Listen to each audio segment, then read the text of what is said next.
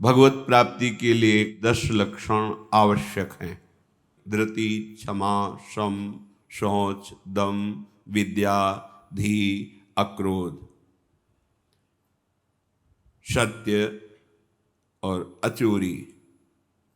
अर्थात कोई भी किसी भी तरह का असत आचरण हमारे जीवन में नहीं रह जाएगा जब हम इन 10 लक्षणों को स्वीकार करेंगे। अब इन लक्षणों में जो पहला है धृति, अर्थात धैर्यवान, अर्थात अत्यंत सहनशील। ये भोगी पुरुष के हृदय में ऐसी निष्ठा नहीं होती, ऐसी धारणा नहीं होती, क्योंकि उसके हृदय में भाव रहता है भोगों में सुख है। ये छोटा मोटा प्रश्न नहीं है, ये चराचर जगत इसी में फंसा हुआ है। जो महापुरुषों के अनुभव, उनको मान लेने से हमारा समय बर्बाद नहीं होगा और हम सत्य मार्ग में आगे बढ़ जाएंगे। भोगों में सुख नहीं है, ये एक अग्नि है जो क्रियाएं भोगों की करने से और बढ़ती है। पहला लक्षण था धृति, सहनशीलता, धारण करने की क्षमता। वो विषयी पुरुष में नहीं होती। हम तो ऐसा नहीं कर सकते। क्यों नहीं कर सकते? क्योंकि तुमने अपना चिंतन, अपना विचार, अपनी चेष्टाएं भोगों में लगा दी, इसलिए अध्यात्म शक्तिहीन हो गए। अब तुमको लगता है कि हम काम, क्रोध, लोभ, मोह, मद, मत्सर, ईर्ष्या, द्वेष ये हम नहीं छोड़ पाएंगे। ये अध्यात्म शक्ति का ह्रास का तमाशा है। देखो,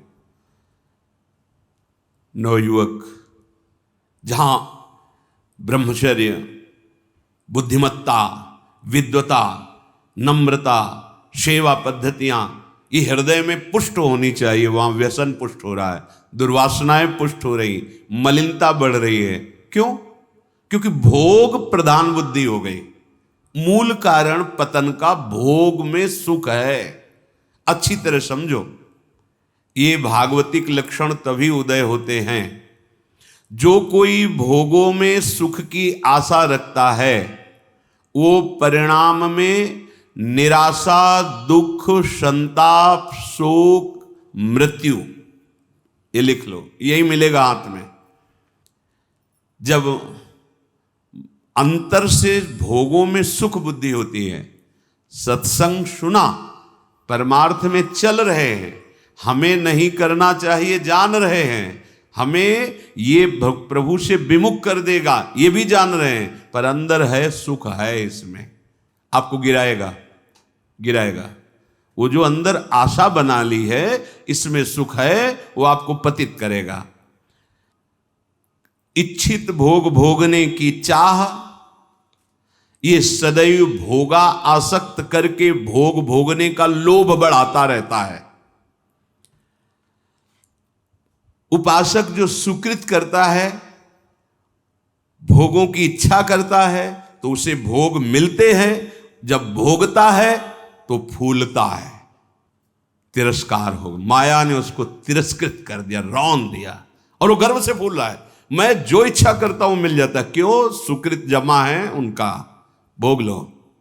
जब इसका और पूर्व दुष्कृत का परिणाम आएगा तब तुम्हें पता चलेगा। अभी फूल लो। वो फूलता है गर्व में।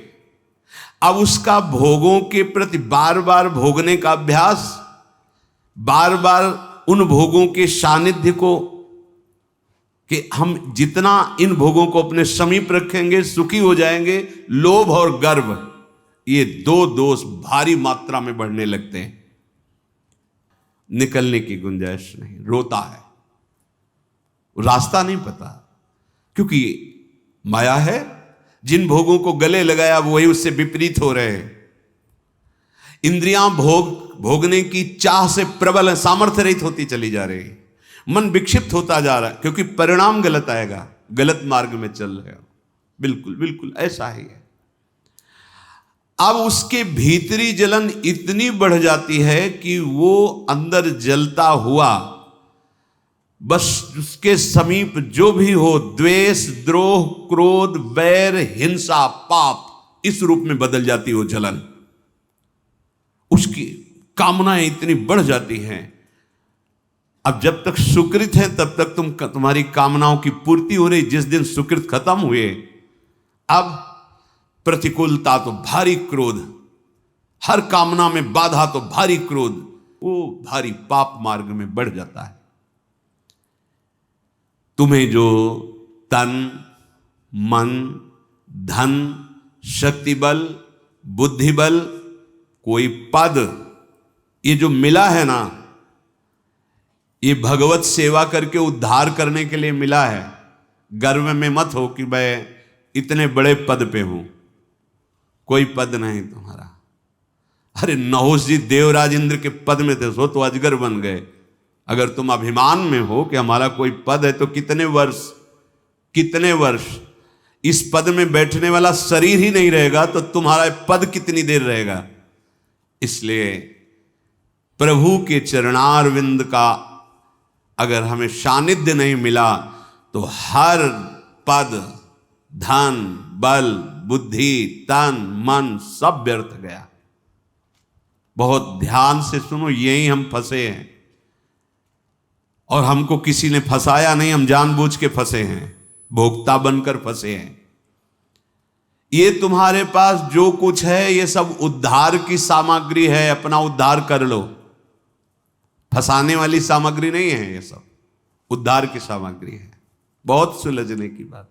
पत्नी, पुत्र, माता, पिता, परिवार, रिश्ते, नाते, जन समाज, देश, विश्व, ये तुम्हें कल्याण मार्ग में प्रशस्त होने के लिए मिला है। सब में भगवत भावना करके, हर चेष्टा भगवान को साक्षी करके, भगवत स्मरण करते हुए, भगवत अर्पित, तो सिद्ध महापुरुष को जो गति होती वही तुम्हारी गति होगी। जो वस्तु प्रभु की सेवा में लगा दी गई वही तुम्हारी हो गई, असली बैंक में जमा हो गई। ध्यान से सुनो, जो जो तुम्हें सब सामग्री दी गई है वो भगवत प्राप्ति के लिए दी गई है। जो वस्तु प्रभु की सेवा में लग गई वो तुम्हारी हो गई। क्यों? क्योंकि जब तुम यहां से जाओगे तो जो वस्तु तुमने समर्पित की है वो भागवतिक बैंक में जमा हो गई है, और यहां जो पड़ी है माया रौन देगी, कोई अधिकार नहीं तुम्हारा। असंख्यो सामग्री, रुपया, पैसा जमा कर लो, तो जब आपका शरीर छूटेगा तो आपके पास कुछ नहीं। लेकिन जो वस्तु आपने भगवत सेवा में अर्पित कर दी, अब वो आपकी हो गई, क्योंकि भागवतिक बैंक में जमा हो गई। जो धन सेवा में, भगवत सेवा में, साधु सेवा में, समाज सेवा में, वो तुम्हारा हो गया।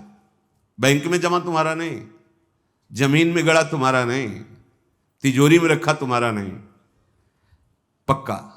जो धन साधु सेवा में, भगवत सेवा में, समाज सेवा में, पशु पक्षी किसी की भी सेवा में निष्काम भाव से समर्पित, वो तुम्हारा हो गया, वो भागवतिक बैंक में जमा हो गया।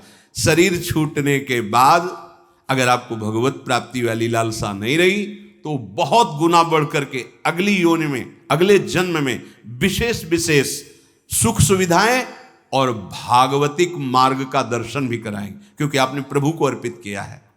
प्रभु में मानकर समाज सेवा की, पशु पक्षियों की सेवा की, संत सेवा की, गौ सेवा की, किसी की माता पिता परिवार, ये सब भगवत प्राप्ति के लिए है।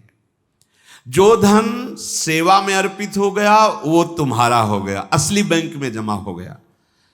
जो जीवन भगवत चिंतन में हो गया वही वास्तविक जीवन हुआ। अनंतों जन्म व्यर्थ चले गए। तुम्हारे द्वारा जितनी भी कमाई हुई वस्तुएं हैं वो एक भी साथ नहीं जाने वाली। उनके द्वारा जो चेष्टाएं हो रही वो भगवत अर्पित कर दी। जैसे हम अन्न कमाए, भोग लगाया, स्वयं पाया प्रसाद रूप से, अतिथि को पवाया, साधु को ये वास्तविक तुम्हारा हो गया। क्या? पहले भगवत अर्पित हुआ तो वो प्रभु के पास जमा हो गया, अब प्रसाद रूप से हम पा रहे हैं, कोई उसमें परेशान। अगर हम भोक्ता बने तो व्यर्थ जा रहा है, क्योंकि विषय भोग, विषय चिंतन, भगवत चिंतन तो है नहीं, तो हमारा जीवन भी व्यर्थ, वस्तु भी व्यर्थ, एक एक श्वास समय व्यर्थ। दो प्रकार की बैंक है, एक मायाकृत बैंक, एक हरि बैंक। हरि बैंक में वही वस्तु जमा होती है जो त्वदीयम वस्तु गोविंदम तुभ्यमेव समर्पय से होता है। ध्यान रखना, आपके द्वारा दी हुई वस्तु आपको समर्पित है, ये हरि बैंक में जमा हो गया। अगर आप निष्काम भाव से करते तो भगवत प्राप्त हो जाएंगे, सकाम भाव से करते तो आपको बहुत आगे बढ़ करके मिलेगी। और यहां जो बैंक में मायाकृत जमा है ये सब रद्द, शरीर छूटा सब व्यर्थ गया। मानव जीवन का एक एक क्षण इतना कीमती है कि उसके बदले में फिर कुछ नहीं है कि हम ये दे करके समय खरीद ले। तो ऐसे समय को केवल केवल महामहिमा में भगवान नाम स्मृति में लगाओ। सब चेष्टाएं हो रही, नाम जप कर रहे हैं, आपका बैंक बैलेंस बढ़ रहा है। एक एक नाम, जैसे कोई भूखा व्यक्ति एक एक कवल पाता है तो तुष्टि पुष्टि क्षुधा निवृत्ति होती जाती है, ऐसे ही एक एक नाम संसार से वैराग्य, अपने स्वरूप का ज्ञान और भगवान के चरणों में प्रेम, ये तीनों होते चले जा रहे हैं। पर जैसे बहुत भूख लगी हो तो दो चार कवल में और भूख बढ़ती नजर आती है, तृप्ति का बोध नहीं होता। आधे पेट होने के बाद फिर स्वाद और तृप्ति का अनुभव होने लगता है, फिर पूरा जब पेट भर जाता है तो कहना क्या है। ऐसे ही अभी हम थोड़ा भजन करते तो और जलन बढ़ रही है, यद्यपि वो संसार से वैराग्य, स्वरूप का ज्ञान और भगवत चरणारविंद में प्रेम ये प्रारंभ हो गया है एक एक नाम से। पर जब आप 24 घंटे में कम से कम 12 घंटे का ऐसा अभ्यास बने कि हम भगवत स्मरण परायण, तो आधा पेट मानो हुए, फिर आपको स्वाद मिलने लगेगा, अनर्थ की निवृत्ति होते ही आनंद का स्फुरण होने लगेगा। पर एक एक नाम व्यर्थ नहीं जा रहा, गिनो या ना गिनो। किसी को भ्रम रहता अगर माला से गिनेंगे नहीं तो व्यर्थ चला जाएगा। अरे भाई, गिनना तो आपके मन को लगाने के लिए है, नाम तो अविनाशी है। राधा राधा बोला, नहीं गिनोगे तो फल नहीं मिलेगा क्या? कुछ लोगों को भ्रम होता है अगर गिना नहीं तो फिर वो संख्या ऐसे ही चली जाएगी, लिखा जाएगा नहीं। गिनना केवल मन को लगाने के लिए है, नाम महामहिमा है, गिनो या ना गिनो। अब प्रेमी जन गिनने में नहीं रहते। हाँ, प्रेमी जन तो श्वास प्रश्वास अपने प्रीतम के नाम का वर्तमान में स्वाद ले रहे, उसका और कोई फल नहीं चाहिए। ये जिह्वा पे राधा राधा चल रहा है, हमें सब कुछ मिल गया, बस यही चलता रहे, हम भूलूं ना। इतना स्वाद, इतनी महासुख की वृत्ति उदय होती है, सामने प्रियालाल हृदय आनंद की उफान में, जिह्वा पे नाम, अब उसे क्या चाहिए? लाखों रुपया इकट्ठा कर ली, चिंता है, शोक है, भय है, नाना प्रकार की वासनाएं जल रहे, लाभ क्या मिला?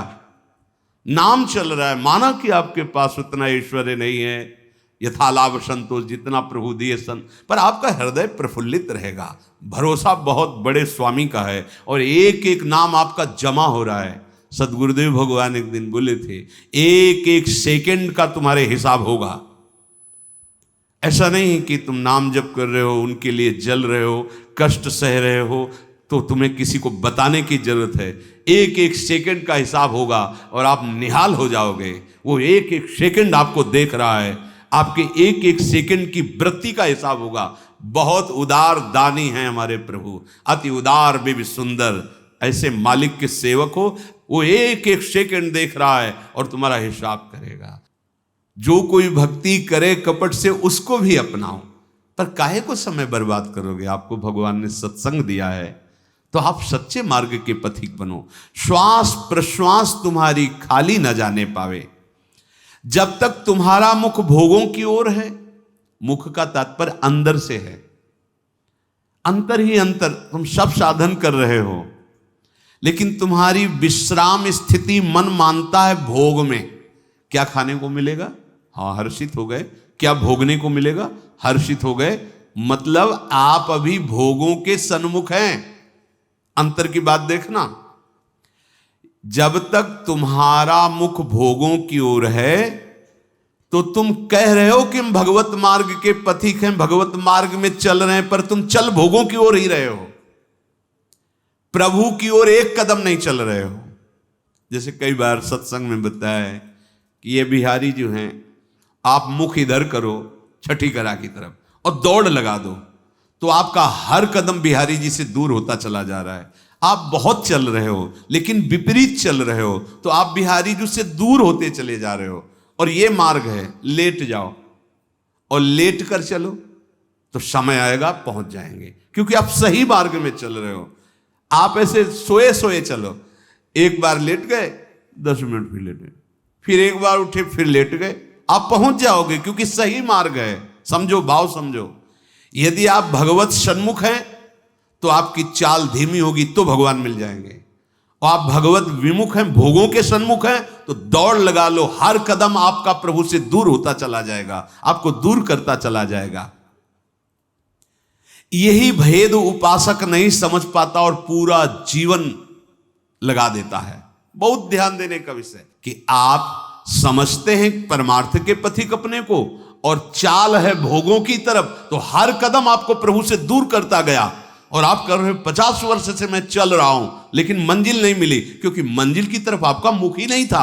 आपका मुख था मंजिल के विपरीत, जो प्रतिकूल से वर्जनम स्थिति होनी चाहिए, वहां अपने अनुकूलता देखी और चल पड़े भोगों की तरफ। तो फिर क्या होगा?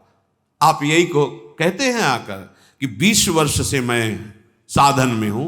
क्या साधन में हो? बहुत दौड़ने वाले हो, बहुत दौड़ाक हो, लेकिन विपरीत दौड़ रहे तो फायदा क्या हुआ?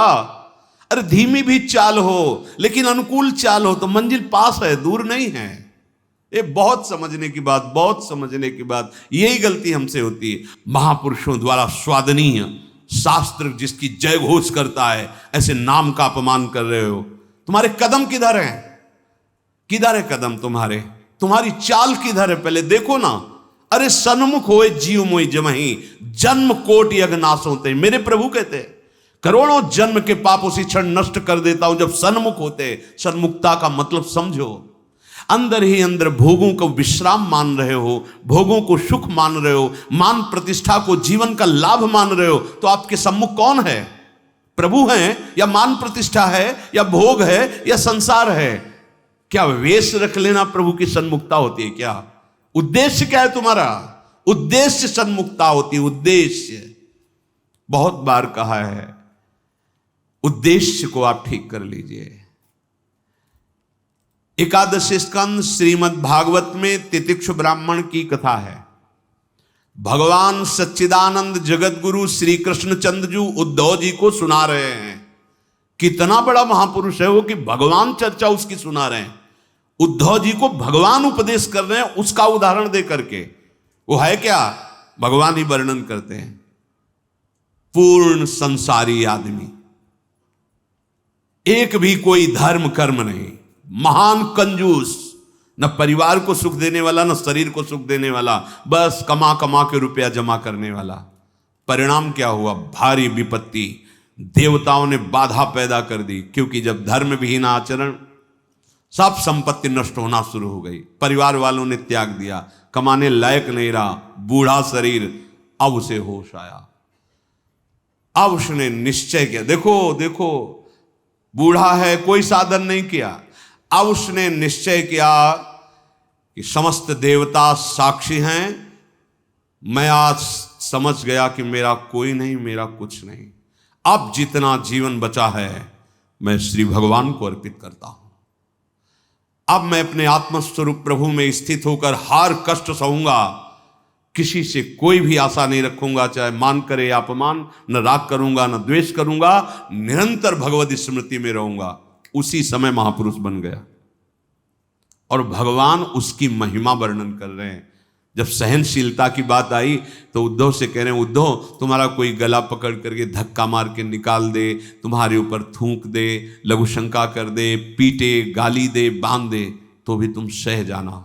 बाहरी कोई सहयोग मत लेना, अंतर के विवेक के द्वारा अपने को बचा लेना। तो उद्धव जी ने कहा, प्रभु बहुत कठिन है, नीच पुरुषों द्वारा किया हुआ अपमान असहनीय हो जाता है, ये कैसे हो सकता है? तब प्रभु तितिक्षु ब्राह्मण की कथा सुनाते हैं। क्या साधना की थी इसने?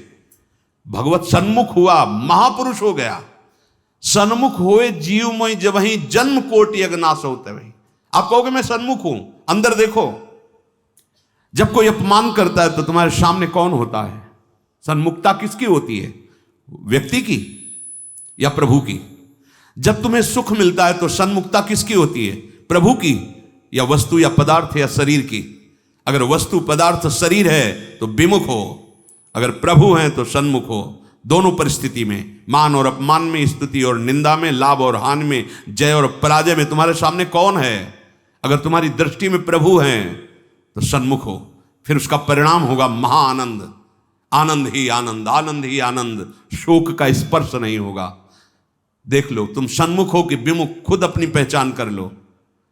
अगर आपके अंदर सामने वस्तु व्यक्ति स्थान है तो विमुख हो, वस्तु व्यक्ति स्थान में विचरते हुए भी आपकी आंतरिक दृष्टि में प्रभु हैं तो सन्मुख हो। बहुत बहुत अमृतमयी बात है, लाखों चलने वालों में ये बहुत बड़ा दोष रोक देता है। लाखों चलने वालों में जो चल नहीं रहे तो असंख्यों हैं, उनमें जो चल रहे तो लाखों चलने वालों में ये दोष भयानक बाधा खड़ी कर रहा है। भोगों में सुख है, बहुत बड़ी बात, ये बहुत बड़ी समस्या है। इसलिए करें कि इस मार्ग पर चलने वाले उपासक देखते हैं, एकमात्र केवल हमें भगवत विमुख करने वाली यही वृत्ति है, भोगों में सुख है। देखो, राधा बाबा पूर्ण महापुरुष हैं, कोई उनको जानना थोड़ी साधन साध्य के विषय में, पर आपको ध्यान होगा जब ऋषिकेश में उनके गांठों में बहुत दर्द, वात रोग के कारण, तो वो अपने निजी जन से कह रहे थे, भाई मुझे सत्संग में पहुंचा दो। वो सेवा करते करते शायद श्रमित हो गए होंगे या जो भी, तो उन्होंने बाबा की इस बात का सपोर्ट नहीं किया। बहुत बार कहने पर तो बाबा कहा कि आप ये जानते हो कि हम जा ही नहीं पाएंगे। उन्होंने कहा आप जा ही नहीं पाओगे क्योंकि आपकी गांठ, बोले ऐसा नहीं। फिर जो बाबा ने अंदर बात की, वो जो लिखा था कि भगवान श्री कृष्ण से प्रार्थना की कि प्रीतम मुझे इतनी सामर्थ्य केवल दे दो कि जहां से सत्संग सुनाई देता वहां तक मैं पहुंच जाऊं, और एक बांस डंडा उठाया और बाबा घसीटते हुए वहां गए। इस बात का बहुत प्रभाव पड़ा हृदय में कि इनको कोई साधन साध्य विषय अब जानकारी की आवश्यकता नहीं, पूर्ण महापुरुष हैं, संपूर्ण हैं, उनमें कोई भी, लेकिन ऐसे महापुरुष होते हुए सत्संग की इतनी प्रियता, वो देखो लिखा है यहां, साधु सम एकदम आनंदित हो गए कि आज तो मुझे साधु समागम मिला। ये भगवत सन्मुख का लक्षण, विमुख का नहीं, भगवत सन्मुख का लक्षण। तो हम अपने को जबरदस्ती मुख मोड़ना होगा। अगर हम इसी जन्म में परम कल्याण चाहते हैं, इसी जन्म में सुख चाहते हैं, मुख मोड़ना हो। जबरदस्ती शब्द लिखा है, जबरदस्ती मोड़ना, हटो हटो। जैसे ये ना कि अब जिस तुम कगार पे खड़े हो, भारी दरार पड़ गई है, जबरदस्ती हटो नहीं तो गिरने वाले हो, धारा में तुम बह जाओगे, डूब जाओगे। ऐसे ही तुम्हारी वही दशा है जैसे हरी हरी घास खा रहा है बकरा और बकरी से सहवास कर रहा है और बड़ा सुख का अनुभव कर रहा है, पर वो कसाईवाड़े में बंद है। वो ये नहीं जान रहा कि अब की नंबर हमारा आ रहा है गड़ा सा चलने का, वो ये नहीं जान पा रहा है। इसी प्रकार आप खान पान, शौक, मौज मस्ती, परिवार, सांसारिक सुख भोग रहे हैं, पर आपको पता नहीं कि काल के कसाईवाड़े में है। मौत का गड़ा सा वो बिल्कुल तैयार किए हुए है, बस समय की देरी है, नंबर आपका ही है। सावधान। इसीलिए करे जबरदस्ती भगवत सन्मुख करो अपने मन को, अपने तन को, अपनी वाणी को, अपनी चेष्टा को।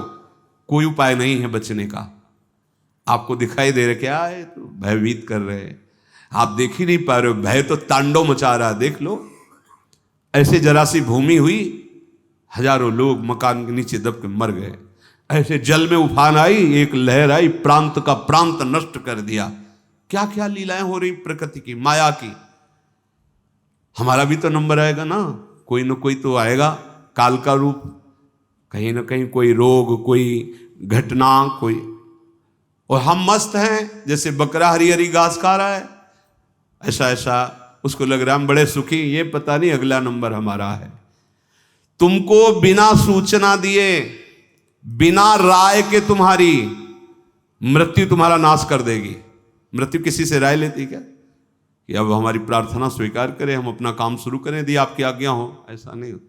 अगर ऐसा हो तो कोई तैयार नहीं होगा, कोई नहीं तैयार होगा। बिना आपको सूचना दिए, बिना आपकी राय के वो आपका नाश कर देगी मृत्यु। इसलिए वो सहसा आप पर आक्रमण करेगी, उसके पहले आप सावधान हो जाओ। अब वो कब करेगी कुछ पता नहीं है, इसलिए आपको अभी से इसी सेकंड से सावधानी करनी है। क्या? एक एक वृत्ति को कृष्णाकार कर दो, प्रियालाल के चरणों में लगा दो। बुद्धिमान उपासक सावधान, तुम्हारी जन्म के साथ ही मृत्यु पैदा हो चुकी तुम्हारी। कितने अनुभवी महापुरुष कह रहे हैं सावधान, जब तुम्हारा जन्म हुआ था उसी समय तुम्हारी मृत्यु भी पैदा हो गई है। बस तुम्हारे साथ चल रही मृत्यु अवसर देख रही है, समय देख रही, जहां पूरा हुआ वो अपना काम कर देगी। इसलिए प्रतिक्षण तू मृत्यु की दृष्टि में है, शिकार बिल्कुल लक्ष्य पे है।